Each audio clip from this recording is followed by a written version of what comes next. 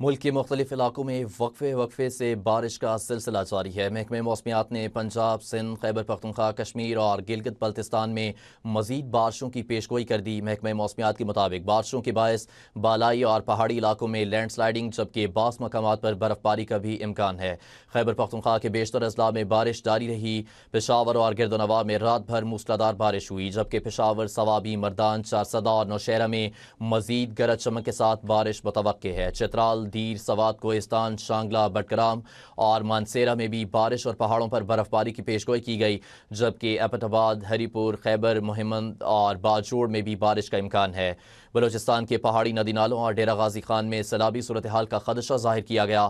محکمہ موسمیات کے مطابق پنجاب اور سندھ میں بارشوں کے باعث کھڑی فصلوں کو نقصان، جبکہ آسمانی بجلی اور تیز ہواؤں سے کمزور ڈھانچوں اور بل بورڈز کو بھی خطرہ ہے۔ اسلام آباد کے مختلف علاقوں میں موسلادھار بارش کے بعد ٹریفک پولیس نے شہریوں کے لیے ایڈوائزری جاری کر دی ہے۔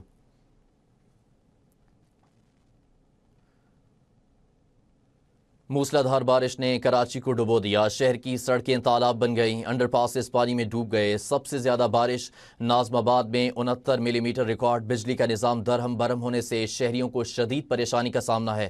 مزید بارش کے پیش نظر شہر میں رین ایمرجنسی نافذ کر دی گئی ہے۔